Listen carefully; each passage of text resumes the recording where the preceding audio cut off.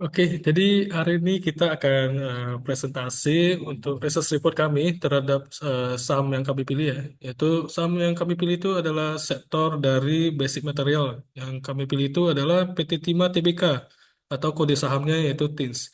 Nah, sebelum kami presentasi dulu gitu ya, kami akan memperkenalkan diri kami masing-masing. Nah, di sini saya Rio Apandi. Nama saya Billy Dwi Prakoso. Nama saya Andini. Baik, jadi untuk dari yang pertama yang akan memulai presentasi kali ini adalah Billy Dwi Prakoso. Untuk Billy Dwi Prakoso, persilakan. Baik teman-teman, kita sekarang lihat kondisi makroekonomi terlebih dahulu. Yang pertama kita lihat ada pertumbuhan ekonomi. Pertumbuhan ekonomi Indonesia pada kuartal 3 tahun 2024 tercatat sebesar 4,95% secara year on year. Angka ini menunjukkan peningkatan yang sangat kecil dibandingkan dengan kuartal ketiga tahun 2023 yang mencatat pertumbuhan sebesar 4,94. Meskipun peningkatan ini terlihat minimal, namun tetap menunjukkan bahwa ekonomi Indonesia terus tumbuh meskipun dengan laju yang relatif stabil. Pertumbuhan ekonomi yang positif ini dapat dikaitkan dengan berbagai faktor seperti peningkatan investasi, konsumsi domestik yang kuat, dan ekspor yang stabil. Terus kemudian kita lanjut ke bagian inflasi.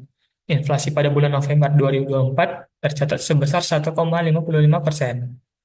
Angka ini berada di bawah target inflasi tahun 2024 yang ditetapkan sebesar 2,5 kurang lebih 1%.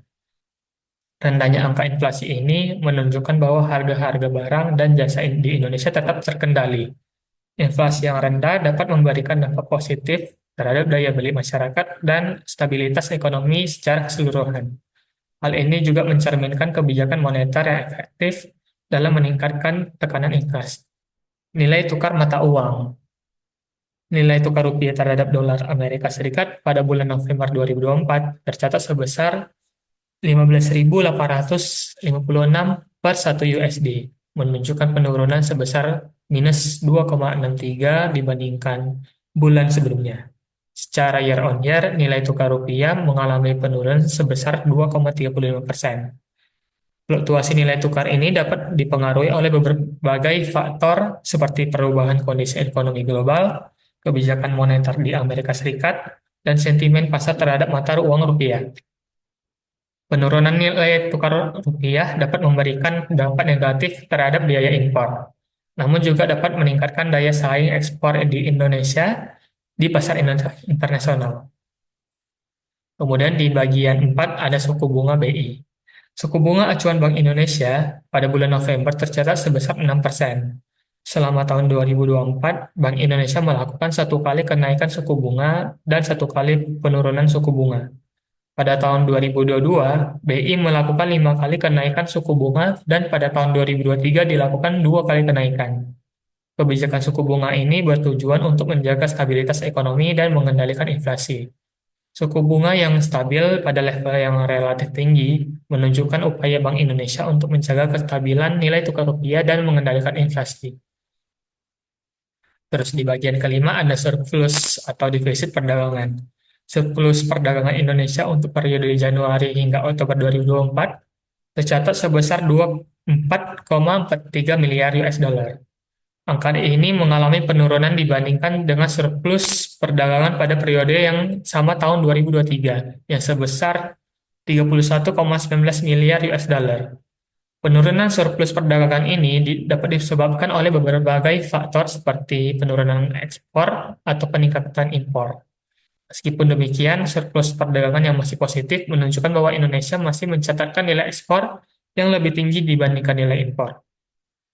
Terus kemudian di bagian 6 ada defisit transaksi berjalan.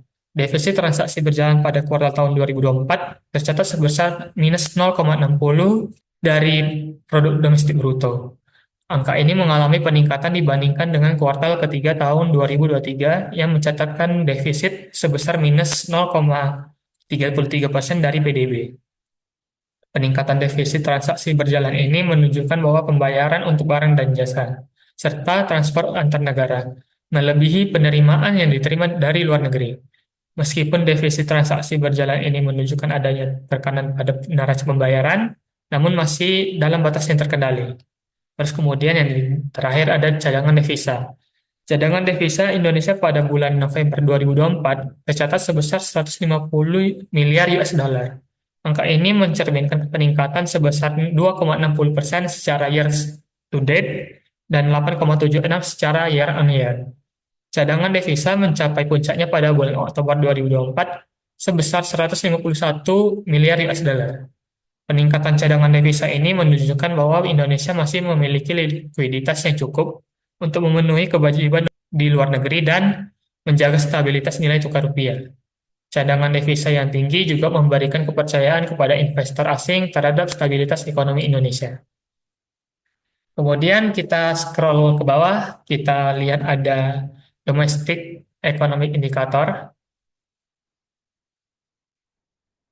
Kita bisa lihat di bawah ada volume penjualan wholesale mobil listrik BEV. Mari kita mulai dengan melihat data dari Januari 2022. Pada bulan ini, volume penjualan mobil listrik BEV masih sangat rendah, hampir mendekati nol. Hal ini mungkin disebabkan oleh berbagai faktor, termasuk adopsi teknologi yang masih dalam tahap awal dan mungkin juga karena kurangnya infrastruktur pendukung seperti stasiun pengisian daya. Memasuki pertengahan tahun 2022, kita mulai sedikit mengalami peningkatan dalam volume penjualan. Pada bulan Juli 2022, volume penjualan mulai menunjukkan peningkatan yang signifikan, mencapai sekitar 500 unit. Peningkatan ini mungkin disebabkan oleh peningkatan kesadaran masyarakat akan pentingnya kendaraan ramah lingkungan, serta adanya intensif dari pemerintah untuk mendorong penggunaan mobil listrik. Tren peningkatan ini terus berlanjut hingga akhir tahun 2022, di mana penjualan mencapai puncaknya pada bulan Desember dengan lebih dari 2.000 unit terjual. Ini menunjukkan adanya lonjakan permintaan yang signifikan, mungkin karena adanya promosi akhir tahun atau peluncuran model terbaru yang menarik minat konsumen. Namun pada pertengahan tahun 2023, kita melihat adanya peningkatan kembali dalam volume penjualan. Pada bulan Juli 2023, penjualan kembali meningkat menjadi sekitar 1.500 unit. Peningkatan ini mungkin disebabkan oleh adanya kampanye pemasaran yang efektif atau peningkatan infrastruktur seperti stasiun pengisian daya yang lebih banyak. Memasuki tahun 2024, volume penjualan lebih tinggi atau tetap tinggi, meskipun ada sedikit fluktuasi. Pada bulan Januari 2024, penjualan mencapai lebih dari 3.500 unit. Namun kemudian mengalami penurunan pada bulan-bulan berikutnya. Penurunan ini mungkin disebabkan oleh faktor musiman atau perubahan dalam strategi pemasaran. Secara keseluruhan, grafik ini menunjukkan adanya tren peningkatan yang signifikan dalam volume penjualan wholesale mobil listrik BEV dari Januari 2024, maksud saya dari Januari 2022 hingga Januari 2024. Peningkatan ini menunjukkan adanya peningkatan kesadaran masyarakat akan pentingnya kendaraan ramah lingkungan serta adanya intensif dari pemerintah untuk mendorong penggunaan mobil listrik. Kemudian kita lihat di sebelah kanan ada ekspor timah olahan. Pada bulan Januari, ekspor timah olahan tercatat sekitar 1.000 ton. Angka ini mengalami peningkatan signifikan pada bulan Januari mencapai sekitar 7.000 ton. Namun pada bulan Maret, ekspor timah olahan kembali menurun menjadi sekitar 4.000 ton. Peningkatan kembali terjadi pada bulan April, di mana ekspor mencapai puncaknya sekitar 8.000 ton. Pada bulan Mei, ekspor kembali menurun menjadi sekitar 5.000 ton. Dan pada bulan Juni, ekspor stabil di sekitar 6.000 ton. Selanjutnya, mari kita lihat data ekspor timah olahan pada tahun 2023. Pada bulan Januari, ekspor timah olahan tercatat sangat rendah, hampir mendekati nol. Namun pada bulan Februari, ekspor meningkat menjadi sekitar 4.000 ton. Pada bulan Maret, ekspor kembali meningkat menjadi sekitar 5.000 ton. Bulan April, ekspor mencapai puncaknya 6.000 ton. Mei menurun sekitar 5.000 ton. Dan pada bulan Juli, ekspor kembali meningkat menjadi sekitar 6.000 ton. Terakhir, mari kita lihat ekspor timah olahan pada tahun 2024. Pada bulan Januari, ekspor timah olahan tercatat sangat rendah, hampir mendekati nol. Namun pada bulan Februari ekspor meningkat menjadi sekitar 6.000 ton. Pada bulan Maret ekspor kembali menurun menjadi sekitar 4.000 ton. Pada bulan April, ekspor mencapai puncaknya pada sekitar 8.000 ton. Pada bulan Mei, ekspor kembali menurun menjadi sekitar 4.000 ton. Dan pada bulan Juni, ekspor stabil di angka 5.000 ton. Dari data tersebut, dapat disimpulkan bahwa tren ekspor timah olahan dari PT Timah mengalami fluktuasi yang cukup signifikan dalam 3 tahun terakhir. Peningkatan dan penurunan jumlah ekspor ini dipengaruhi oleh beberapa faktor, termasuk kondisi pasar global, permintaan dan penawaran timah, serta kebijakan pemerintah terkait ekspor timah. Baik, kemudian kita scroll ke bawah, kita lihat ada metal goods, computers, electronic goods, optics, electrical equipment, industry growth year on year. Kita lihat grafiknya di sini. Pada tahun 2011, industri barang logam, komputer, barang elektronik, optik, dan peralatan listrik mengalami pertumbuhan sebesar 8,79%. Angka ini cukup baik dan menunjukkan bahwa sektor-sektor tersebut berada dalam kondisi yang sehat dan berkembang. Peningkatan ini mungkin disebabkan oleh kemajuan teknologi dan peningkatan permintaan pasar pada produk-produk tersebut. Pada tahun 2014, pertumbuhan industri ini mengalami penurunan tajam menjadi sekitar 2,94%. Penurunan ini cukup signifikan dibandingkan dengan tahun-tahun sebelumnya dan mungkin menunjukkan adanya tantangan yang lebih besar dari pasar. Faktor-faktor yang dapat menyebabkan penurunan ini termasuk ketidakstabilan ekonomi, penurunan permintaan global, dan peningkatan persaingan dari negara-negara lain.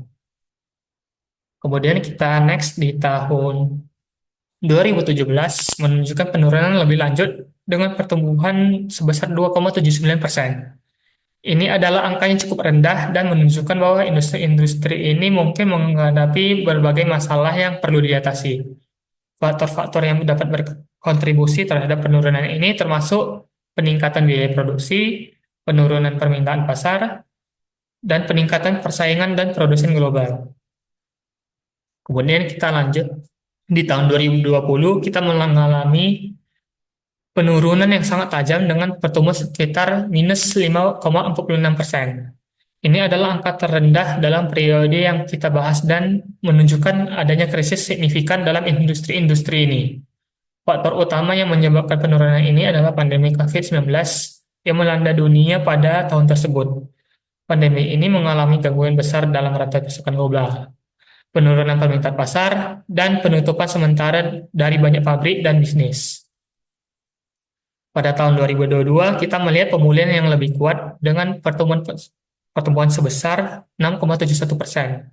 Ini adalah angka yang cukup baik dan menunjukkan bahwa industri-industri ini mulai bangkit kembali setelah krisis yang dialami pada tahun-tahun sebelumnya. Faktor-faktor yang dapat berkontribusi terhadap pemulihan ini termasuk peningkatan permintaan global, peningkatan investasi di sektor timah, dan penerapan teknologi baru yang meningkatkan efisiensi produksi dan kualitas produk. Oke, akhirnya proyeksi untuk tahun 2024 menunjukkan pertumbuhan sebesar 7,10%. Meskipun ini adalah penurunan dibandingkan tahun 2023, angka ini menunjukkan pertumbuhan yang sehat dan menunjukkan bahwa industri-industri ini berada di dalam kondisi yang baik. Faktor-faktor yang dapat berkontribusi dalam pertumbuhan ini termasuk peningkatan pasar, peningkatan investasi di sektor ini, dan penerapan teknologi baru yang meningkatkan efisiensi produksi dan kualitas produk. Kemudian kita lihat ada anggaran proyek infrastruktur pemerintah. Mari kita mulai dengan melihat anggaran infrastruktur di tahun 2016.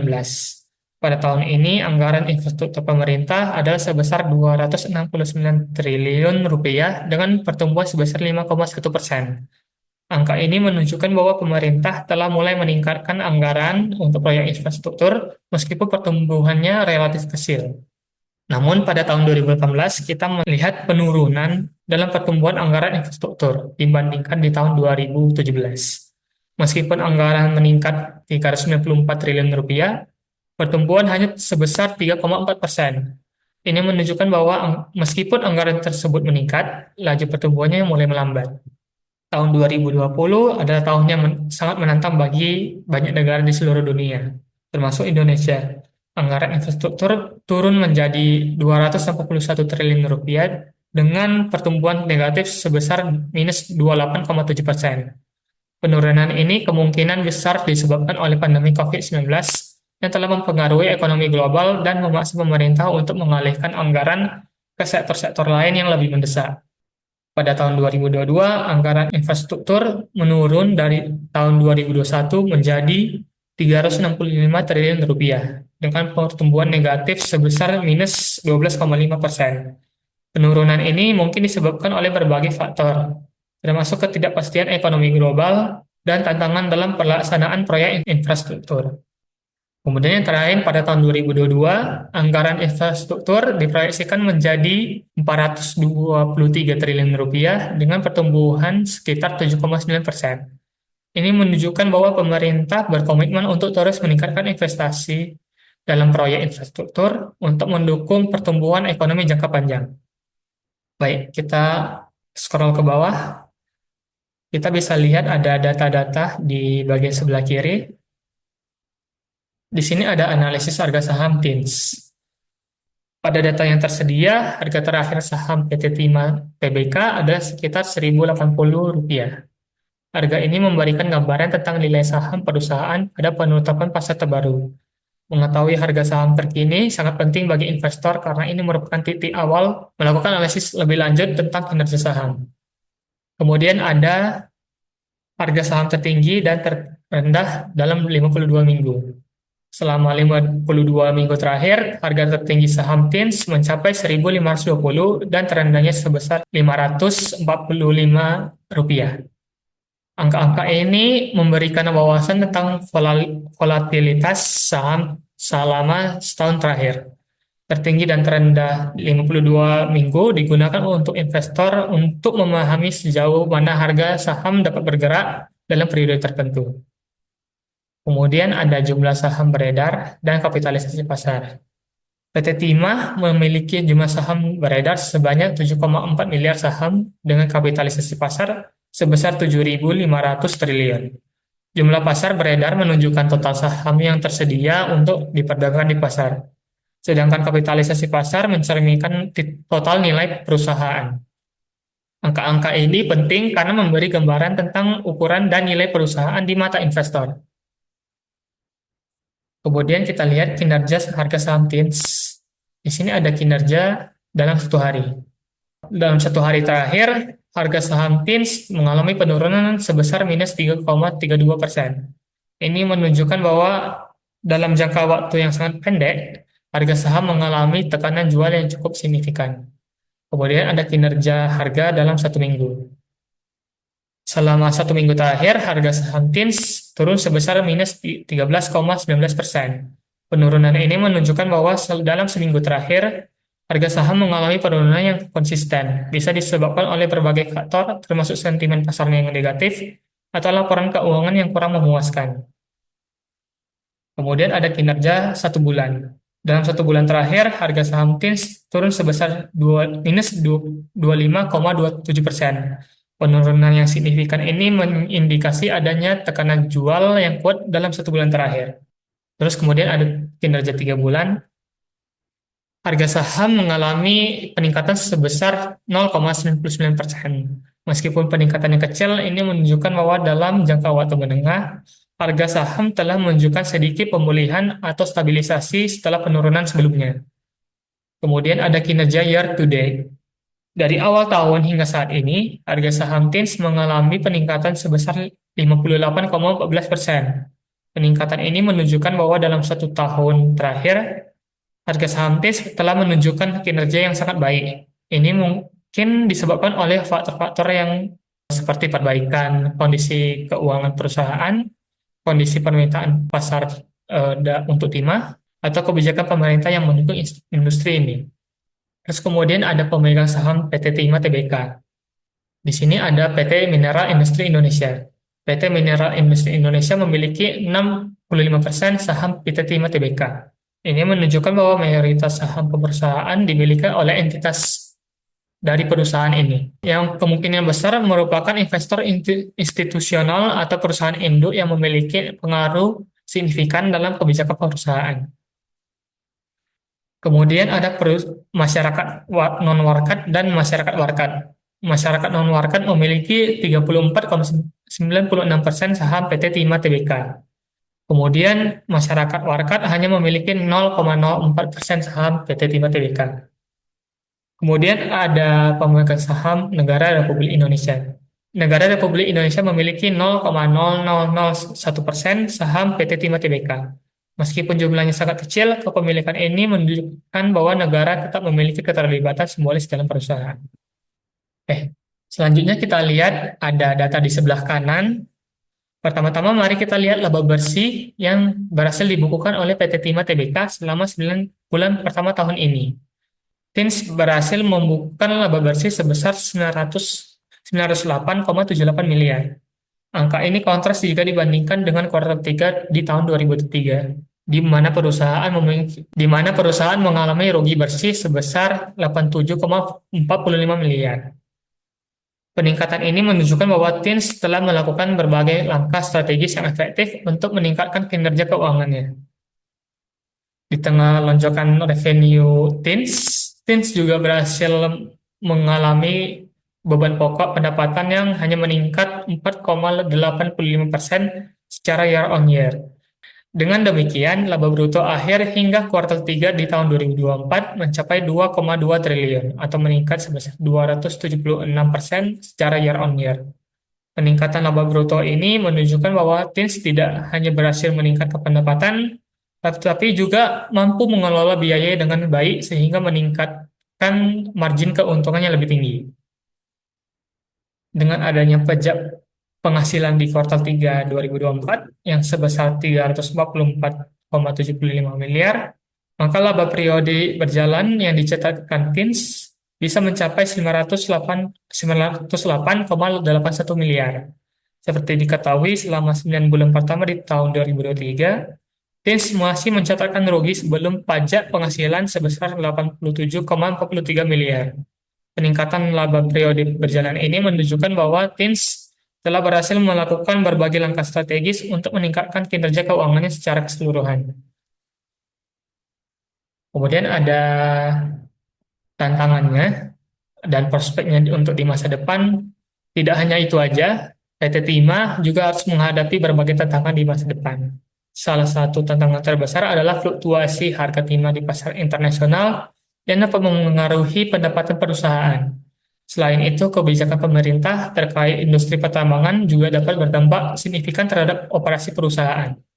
Untuk menghadapi tantangan ini, PT Timah dapat fokus dalam beberapa strategi utama. Pertama, diversifikasi produk dan pasar dapat membantu mengurangi resiko yang terkait dengan fluktuasi harga komoditas. Kedua, peningkatan efisiensi operasional dan penggunaan teknologi canggih dapat membantu perusahaan mengurangi biaya dan meningkatkan produktivitas. Kemudian, PT Timah juga dapat memperkuat kerjasama dengan pemerintah dan pemangku kepentingan lainnya untuk memastikan keberlanjutan operasi pertambangan. Kemudian kita scroll ke bawah. Kemudian kita lihat ada tabel. Kita lihat ada proyeksi pendapatan PT Timah pada tahun 2024, proyeksi pendapatan PT Timah Tbk pada tahun 2024. Pendapatan diproyeksikan sebesar 11.310 miliar, mengalami penurunan sebesar 2,1% dibandingkan proyeksi sebelumnya yang sebesar 11.551 miliar. Pada tahun 2025, pendapatan diproyeksikan sebesar 12.234 miliar, turun 10,4% dari proyeksi sebelumnya, sebesar 13.651 miliar. Sedangkan pada tahun 2026, pendapatan diproyeksikan sebesar 11.197 miliar, mengalami penurunan sebesar 18% dari proyeksi sebelumnya yang sebesar 13.000 miliar. Penurunan proyeksi pendapatan ini menunjukkan adanya tantangan yang dihadapi oleh PT Timah dalam mencapai target penjualannya di masa mendatang. Kemudian ada analisis EBITDA. Kita akan melihat proyeksi EBITDA dan margin EBITDA. Pada tahun 2024, EBITDA diproyeksikan sebesar 2.996 miliar, mengalami peningkatan sebesar 65,8% dari proyeksi sebelumnya yang sebesar 1.000 miliar. Pada tahun 2025, EBITDA diproyeksikan sebesar 3.400 miliar, naik 84,2% dari proyeksi sebelumnya sebesar 1.800 miliar.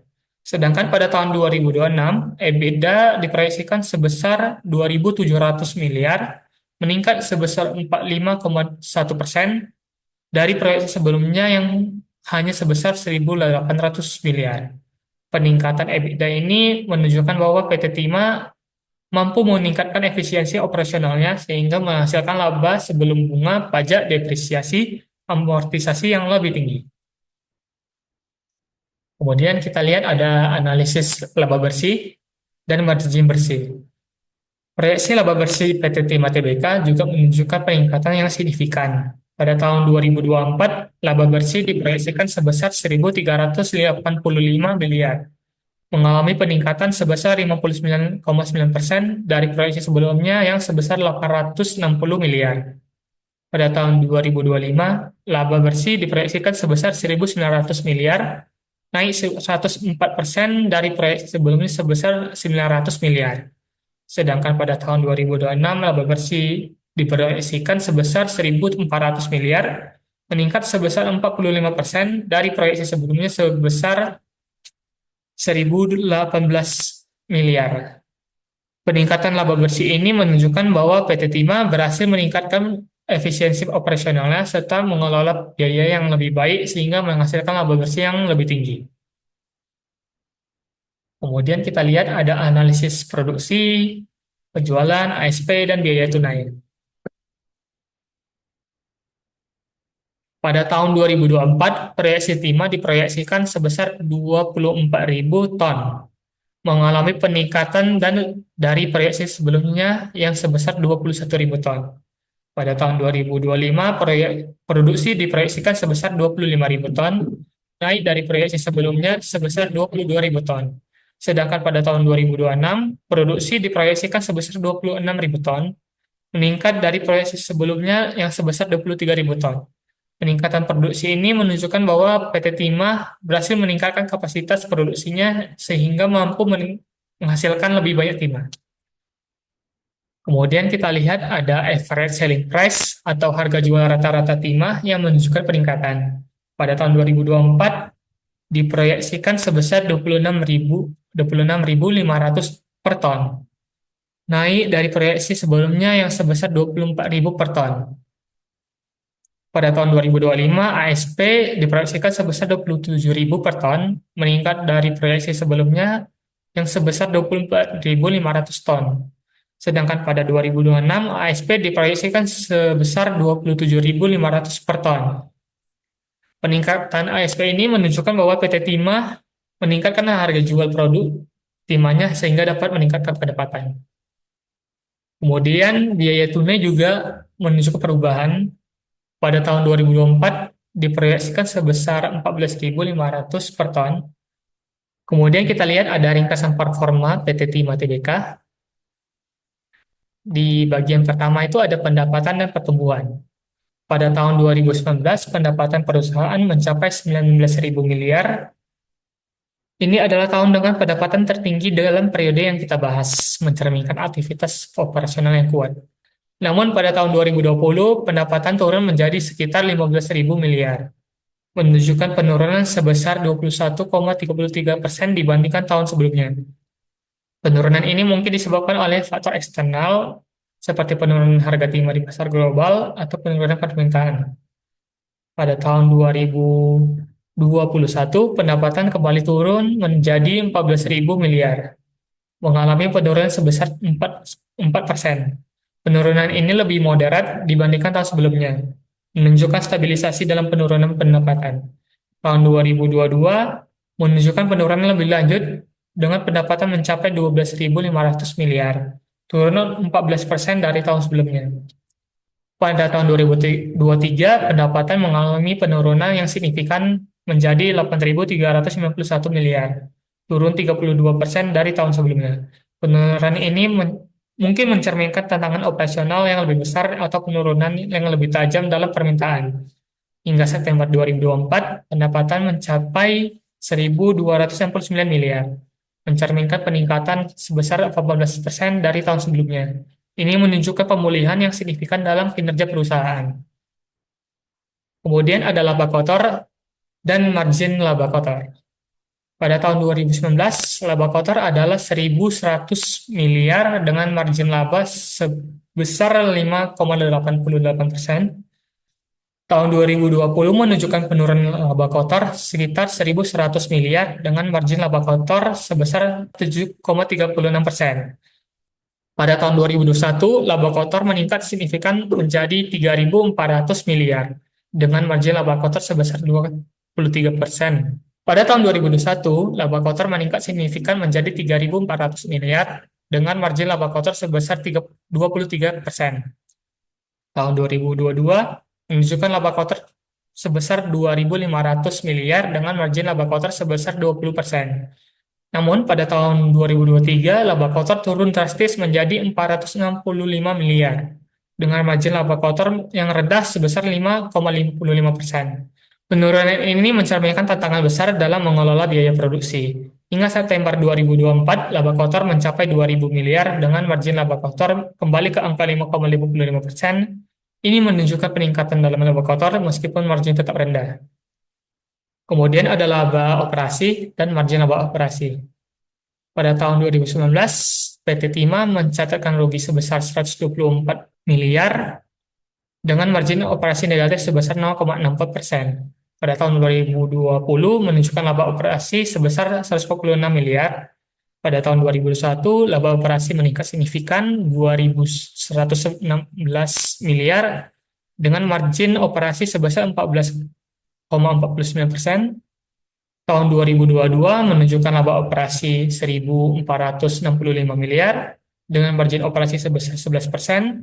Namun pada tahun 2023, laba operasi kembali negatif dengan rugi operasi sebesar 347 miliar dan margin operasi negatif sebesar minus 4,15%. Hingga September 2024, laba operasi kembali positif sebesar 1.200 miliar dengan margin sebesar 4,15%. Ini menunjukkan pemulihan dalam kinerja operasional perusahaan. Kemudian ada EBITDA. Maaf, tadi ada kendala sedikit. Kita lanjut lagi di EBIT, EBITDA, dan margin. EBIT, EBITDA, dan margin itu adalah dua metrik penting yang digunakan untuk mengukur kinerja keuangan perusahaan. Pada tahun 2019, EBIT perusahaan adalah negatif sebesar 28,34 miliar dengan margin EBIT negatif sebesar minus 0,15%. EBITDA tercatat sebesar 819 miliar dengan margin 4,24%. Tahun 2020 menunjukkan EBIT sebesar 307 miliar dengan margin EBIT sebesar 2,2%. EBITDA meningkat menjadi 1.300 miliar dengan margin EBITDA sebesar 7,42%. Pada tahun 2021, EBIT meningkat sebesar 2.041,71 miliar dengan margin EBIT sebesar 13,98%. EBITDA juga meningkat menjadi sebesar 2.800 miliar dengan margin EBITDA sebesar 19,64%. Tahun 2022 menunjukkan EBIT sebesar 1.576 miliar dengan margin EBIT sebesar 12,61. EBITDA tercatat sebesar 2.302 miliar dengan margin EBITDA sebesar 18,42%. Namun pada tahun 2023 EBIT menjadi negatif sebesar 241 miliar dengan margin EBIT menjadi negatif sebesar minus 3,36%. EBITDA juga menurun menjadi 653,67 miliar dengan margin EBITDA sebesar 7,79%. Hingga September, EBIT tetap negatif sebesar 281 miliar dengan margin EBIT negatif sebesar minus 3,36%. EBITDA tetap di angka 653,67 miliar dengan margin EBITDA sebesar 7,79%. Kemudian kita lihat ada laba bersih dan margin bersih.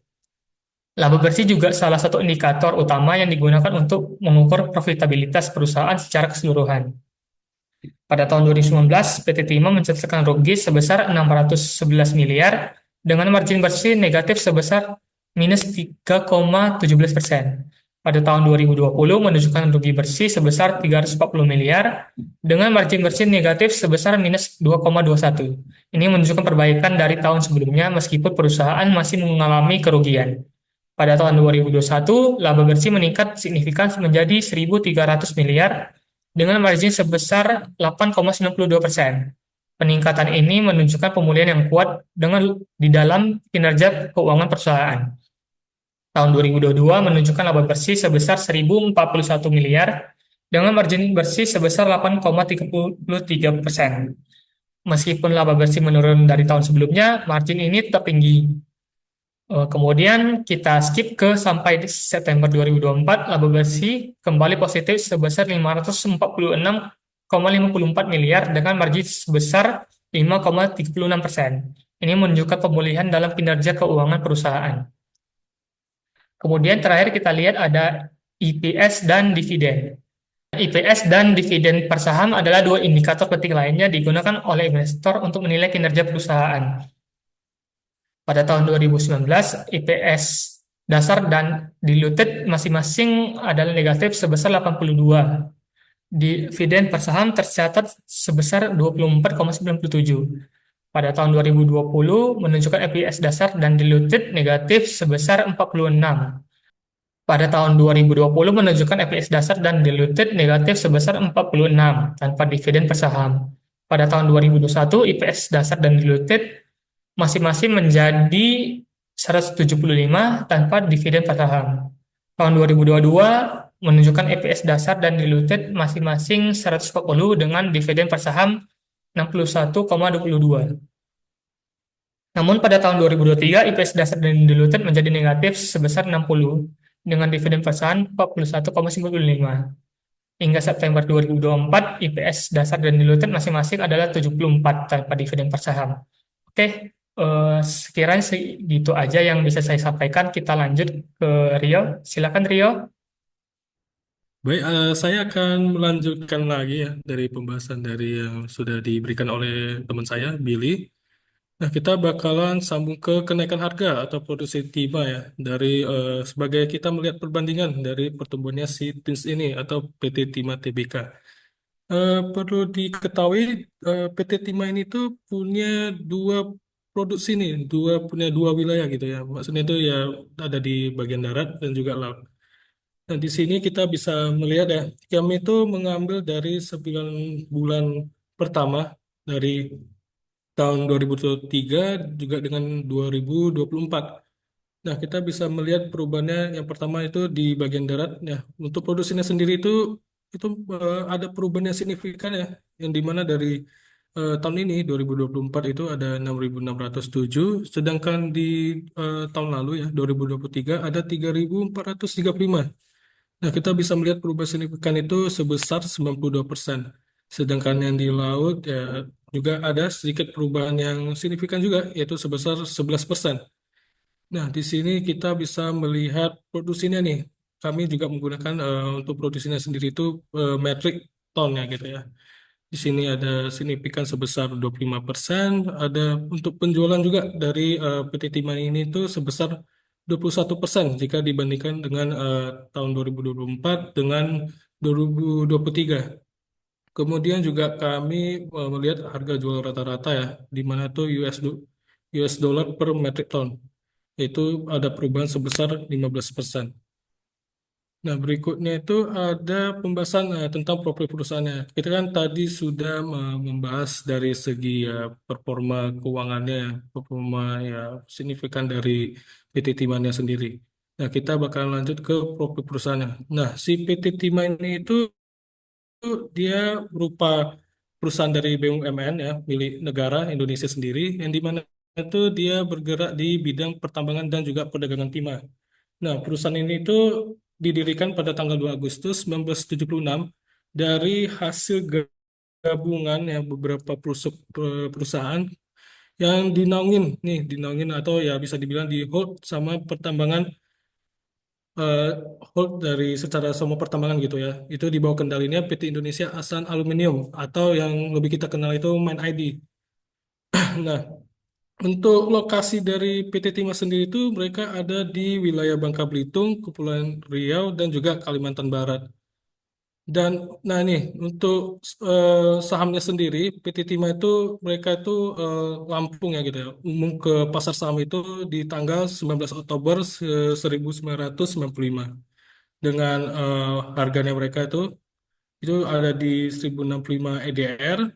Untuk transaksi volumenya ada di 99 juta 24.000 shares. Untuk kapitalisasi market ada di 760 triliun dan juga untuk pemegang sahamnya yang paling banyak itu ada di PT Mineral Industri Indonesia. Nah, seperti yang udah disebutin tadi ya tuh ya di awal itu mereka di bawah naungannya Mind ID begitu. Kita ada juga bisa melihat ada masyarakat non warkat sebanyak 34,96%, masyarakat warkat ada di 0,04%, dan juga negara Republik Indonesia sebanyak 0,0001%. Nah, dan juga untuk lini bisnisnya mereka itu selain dari pertambangan timah ya, mereka juga ada membuat produk dari timah seperti tin chemical atau solder dari timah gitu. Ada juga dari coal dan juga nikel dan juga mereka juga ada di bagian bisnis rumah sakit, properti, eh, sipil gitu ya, dan juga agribisnis seperti itu. Tadi juga udah dibahas bidang usahanya itu mereka juga ini ya udah dibahas juga ada banyak tuh selain mereka melakukan diversifikasi gitu selain dari hanya pertambangan timah begitu. Kita bisa lihat lagi ini dia untuk lokasinya, lokasi dari PT Timahnya sendiri gitu ya. Kita lanjut ke sorotan kinerja dan grafik. Nah, di sini tuh kami menggunakan 4 gitu ya sebagai acuannya. Yang pertama tuh ada financial strength, profitability rank, dan juga growth rate dan liquidity ratio. Nah, cuman di sini aku bakalan membahas dua ini, sisanya bakalan dijelaskan oleh temanku yang lainnya nanti. Nah, di sini kita mulai dari financial strength. Yang pertama kita lihat dari cash to debt-nya. Kalau kita melihat dibandingkan tahun lalu gitu ya. Mungkin kalau teman-teman tanya itu ya, apa itu cash to debt ya? Jadi cash to debt itu perusahaan itu ya, si PT Timah itu memiliki likuiditas yang cukup untuk menutupi utangnya itu gitu ya, untuk dengan cash yang mereka tersedia gitu.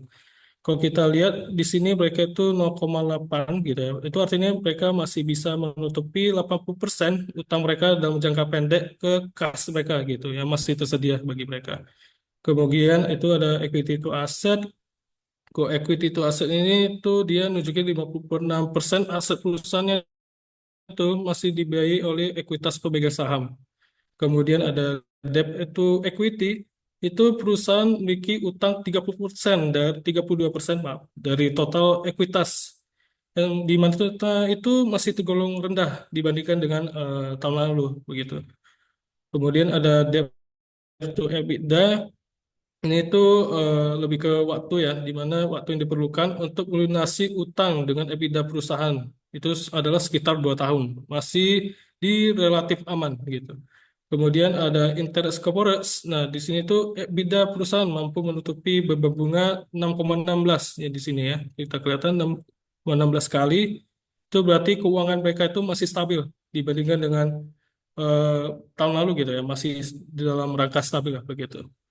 Nah, di sini ada Ackman score gitu ya. Oh, maaf, maksudnya itu di Piotrowski App Score. Ini tuh indikator fundamental, di mana tuh mereka menunjukkan ya perusahaannya itu masih dalam kondisi keuangan yang sehat. Nah, bisa dilihat ini skornya masih 8, jadi itu kondisi keuangannya masih baik gitu ya. Yang kemudian tuh ada Ackman score. Nah, Ackman score-nya ini tuh dia tuh di area netral, masih di gray. Jadi tidak terlalu beresiko lah. Jadi kalau untuk mereka itu mau bayar ya biaya yang lain gitu ya, mereka tuh gak bakalan gagal. Masih di area yang netral gitu. Kemudian baru ada Benis M Score. Nah, Benis M Score ini tuh mereka nggak ada ini ya. Oh maaf. Berarti maksudnya tuh ini negatif tuh maksudnya apa gitu ya? Berarti ini maksudnya tuh tidak ada indikasi tuh ada manipulasi laporan keuangan. Jadi makanya di sini tuh terdapat not manipulator atau bisa dibilang nggak ada manipulasi keuangan sama sekali. Baru ada WACC versus ROIC. Di sini itu perusahaannya itu bisa lagi nambah inilah, nambah eh, nilai tambah bagi pemegang sahamnya gitu. Di sini kami beri skornya itu 7 dari 10. Berikutnya ada profitability rank. Nah, profitability ranknya sendiri itu di sini kami ada gross margin ya. Di sini itu perusahaannya mampu menghasilkan margin laba kotor sebanyak 20,20%, maaf, 20,27%, di mana itu untuk industrinya itu masih kompetitif gitu. Berikutnya ada operating margin persen. Di sini tuh mereka masih nunjukin efisiensi operasional perusahaannya itu dengan laba sebesar 12,11%.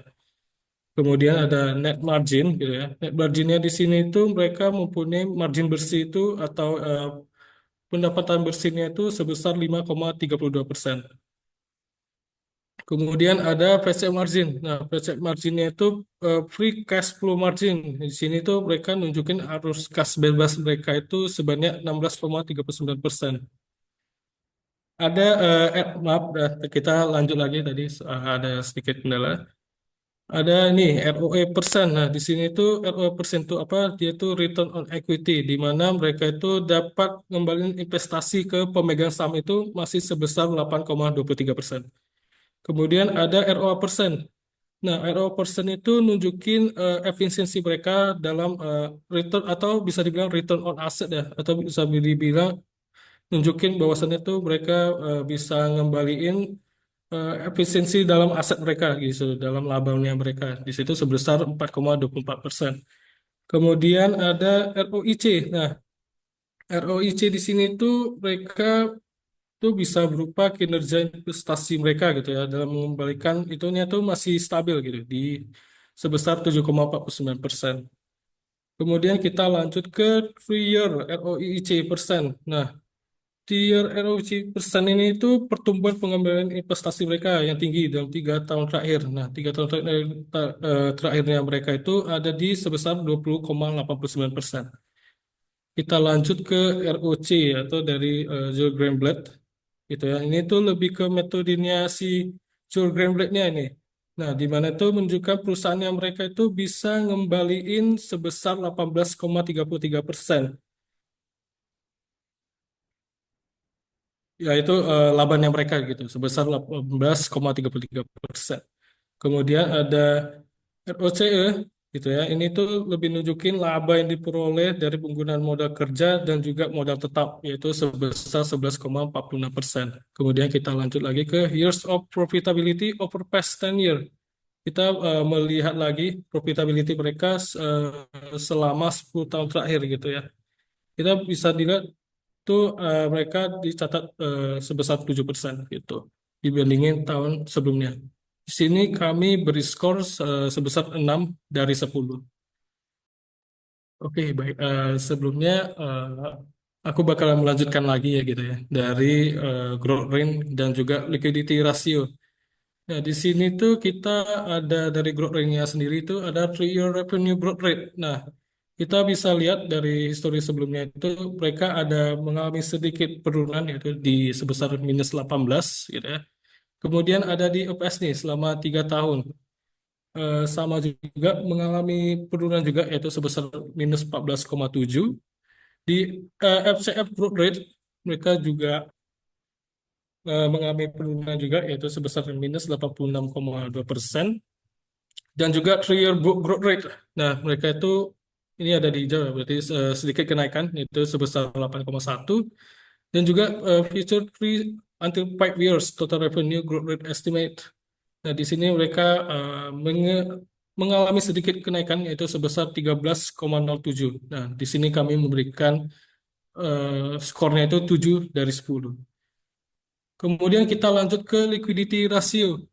Nah, di sini kita ada bisa melihat dari current ratio mereka ya. Itu ada kenaikan sedikit ya, atau bisa dibilang sih sebenarnya penurunan. Nah, itu sebesar 2,49. Untuk Q rasio sendiri, dia juga mengalami penurunan ya untuk kinerjanya dibandingkan tahun lalu, yaitu 1,35. Cash ratio dia juga sama, mengalami penurunan dibanding kinerja tahun lalu, yaitu 0,76. Days inventory-nya itu itu mengalami sedikit kenaikan, itu di 122,83. Dan juga di sales outstanding-nya itu ada di 37,78.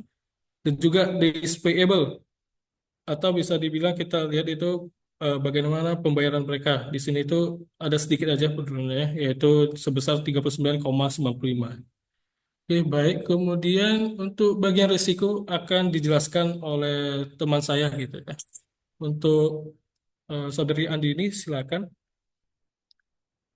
Baik, selanjutnya saya akan melanjutkan presentasi dari teman saya, Rio. Kita masuk ke resiko pada PT Timah Tbk. Yang pertama ada resiko cadangan timah. Keberlanjutan operasi sangat bergantung pada kualitas dan jumlah cadangan timah. Penurunan cadangan akan berdampak pada kapasitas produksi dan pendapatan perusahaan. Yang kedua ada biaya operasionalnya tinggi. Ini aktivitas tambang membutuhkan biaya operasional signifikan, termasuk untuk pengelolaan lingkungan dan kepatuhan regulasi pemerintah yang semakin ketat. Selanjutnya, ada fluktuasi harga timah. Perusahaan menghadapi risiko pasar global, termasuk fluktuasi harga timah dan dinamika permintaan penawaran. Selanjutnya, ada tantangan ekspor. PT Timah Tbk ketergantungan pada ekspor menambah risiko akibat kebijakan impor negara tujuan. Selanjutnya ada proyeksi keuangan pada PT Timah Tbk. Yang pertama ada income statement. Pada tahun 2022, PT Timah Tbk mencatatkan pendapatan sebesar 12.504 miliar. Pendapatan ini diproyeksikan akan meningkat menjadi 13.651 miliar pada tahun 2026. Peningkatan pendapatan ini mencerminkan pertumbuhan dan ekspansi bisnis yang terus dilakukan oleh perusahaan. Selanjutnya ada COGS pada tahun 2022. Pendapatan sebesar 9.289 miliar dan diperkirakan akan meningkat menjadi 10.276 miliar pada tahun 2026. Hal ini menunjukkan adanya kenaikan biaya produksi seiring dengan peningkatan aktivitas bisnis. Selanjutnya ada gross profit, yaitu perusahaan pada tahun 2022 adalah 3.215 miliar dan diproyeksikan akan mencapai 3.375 miliar pada tahun 2026. Meskipun ada peningkatan beban pokok penjualan, pertumbuhan pendapatan yang lebih tinggi berhasil menjaga margin laba kotor perusahaan. Selanjutnya ada EBITDA. Pada tahun 2022, peningkatan laba sebesar 2.519 miliar dan diperkirakan akan meningkat menjadi 2.675 miliar pada tahun 2026. Hal ini menunjukkan efisiensi operasional yang baik. Laba operasional pada tahun 2022 sebesar 1.439 miliar dan diproyeksikan akan mencapai 1.622 miliar pada tahun 2026. Laba bersihnya perusahaan pada tahun 2022 sebesar 1.441 miliar dan diperkirakan akan mencapai 1.151 miliar pada tahun 2026. Peningkatan laba operasional dan laba bersih ini mencerminkan keberhasilan perusahaan dalam mengelola biaya dan meningkatkan efisiensi. Selanjutnya ada neraca ya. Di sini perusahaan pada tahun 2022 kas dan setara kas PT Timah adalah sebesar 1.209 miliar dan diproyeksikan akan meningkat menjadi 1.274 miliar pada tahun 2024. Peningkatan kas ini mencerminkan likuiditas perusahaan yang baik. Persediaan pada tahun 2022 adalah 2.000 27 miliar dan diperkirakan akan meningkat menjadi 2.157 miliar pada tahun 2026. Hal ini menunjukkan bahwa perusahaan terus menjaga tingkat kesediaan yang cukup untuk memenuhi permintaan pasar. Selanjutnya, total aset lancar pada tahun 2022 sebesar 4.207 miliar dan diproyeksikan akan mencapai 4.474 miliar pada tahun 2026. Total aset perusahaannya pada tahun 2022 sebesar 13.067 miliar dan diperkirakan akan meningkat menjadi 13.699 miliar pada tahun 2026. Pertumbuhan total aset ini mencerminkan ekspansi dan investasi perusahaan dalam aset tetap dan proyeksi baru. Jadi total kewajiban pada tahun 2022 adalah 8.140 miliar dan diproyeksikan akan mencapai 8.499 miliar pada tahun 2026. Peningkatan ekuitas ini mencerminkan pertumbuhan nilai perusahaan dan kepercayaan pada investor. Selanjutnya ada arus kas. Arus kas dari aktivitas operasi pada tahun 2022 sebesar 1.386 dan diproyeksikan akan mencapai 1.575 miliar pada tahun 2026.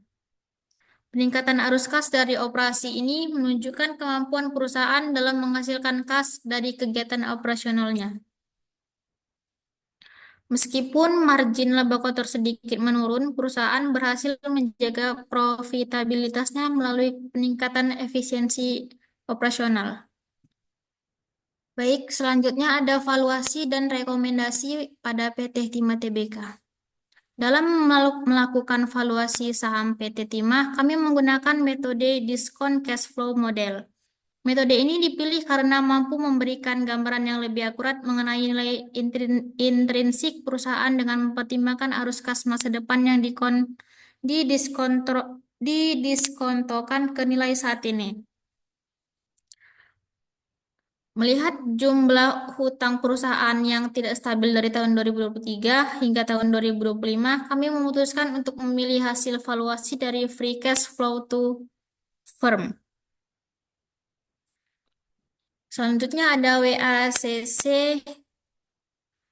Ini adalah rata-rata tertimbang dari biaya modal perusahaan, baik dari ekuitas maupun utang. WACC digunakan sebagai tingkat diskonto dalam perhitungan valuasi. Selanjutnya, struktur modal timah terdiri dari dua komponen utama, yaitu utang dan ekuitas. Berdasarkan data yang ada, debt to total capitalization, capitalization atau rasio utang terhadap total kapitalisasi adalah sebesar 44%. Sementara itu, equity to total capitalization terhadap total kapitalisasi sebesar 56%. Dengan demikian, rasio equity atau utang terhadap ekuitas adalah sebesar 78%. Perhitungannya, biaya ekuitas tingkat pengembangan yang diharapkan oleh investor ekuitas. Untuk menghitung biaya ekuitas, kami menggunakan beberapa parameter penting, yaitu risk-free rate, equity risk premium, dan leverage beta. Berikut adalah rincian perhitungannya. Cost of debt calculation-nya, cost of debt sebesar 6,52%, tax rate-nya sebesar 37,17%.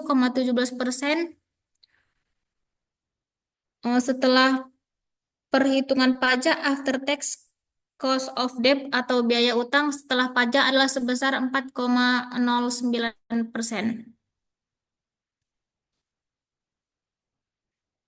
Dengan menggabungkan biaya ekuitas dan biaya utang sesuai dengan proporsi struktur modal, WACC untuk PT Timah Tbk sebesar 11,1%.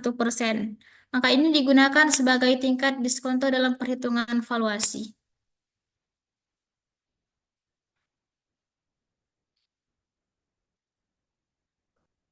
Selanjutnya ada analisis SWOT pada PT Timah Tbk. Yang pertama ada kekuatan. PT Timah Tbk memiliki laba bersih sebesar 1.801 miliar pada 9M 2024 yang meningkat sebesar 169% dibandingkan dengan target. Kelemahannya, nilai aset perusahaan pada 9M 2024 turun 0,3% menjadi 12,82 triliun dibandingkan posisi akhir tahun 2023 sebesar 12,85 triliun. Menurun hingga 0,3% pada 9M 2024 dibandingkan akhir 2023. Selanjutnya ada peluang proyeksi harga timah tetap tinggi berkisar antara USD 28.000 sampai 31.000 per metrik ton, memberikan peluang untuk peningkatan pendapatan. Yang terakhir ada ancaman persediaan logam timah di gudang London Metal Exchange turun 37,4% dari 7,450 ton pada awal tahun 2024 menjadi 4.660 ton pada akhir September 2024. Lalu di sini ada rekomendasi untuk PT Timah Tbk. Kami memberikan rating untuk saham TINS di mana dengan target price pada level IDR 1080 maka masih terdapat upside sebesar 70,40% bisa dibandingkan dengan harga penutupan TINS hari Kamis tanggal 19 bulan 12 pada level IDR 1,15.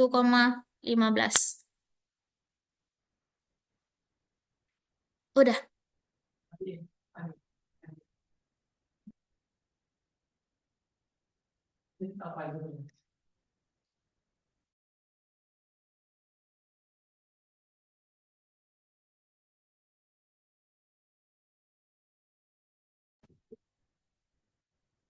Baik, setelah selesai penjelasan oleh matiin apanya? Suaranya.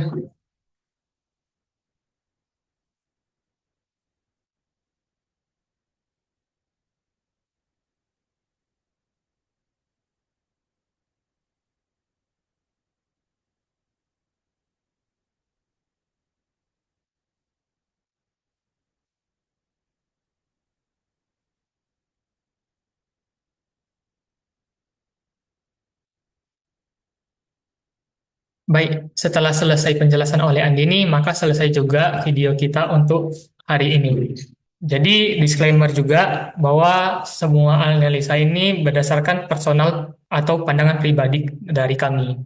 Jadi, kalau misalkan ada salah, mohon dimaaf. Terima kasih teman-teman yang sudah menonton. Wassalamualaikum warahmatullahi wabarakatuh.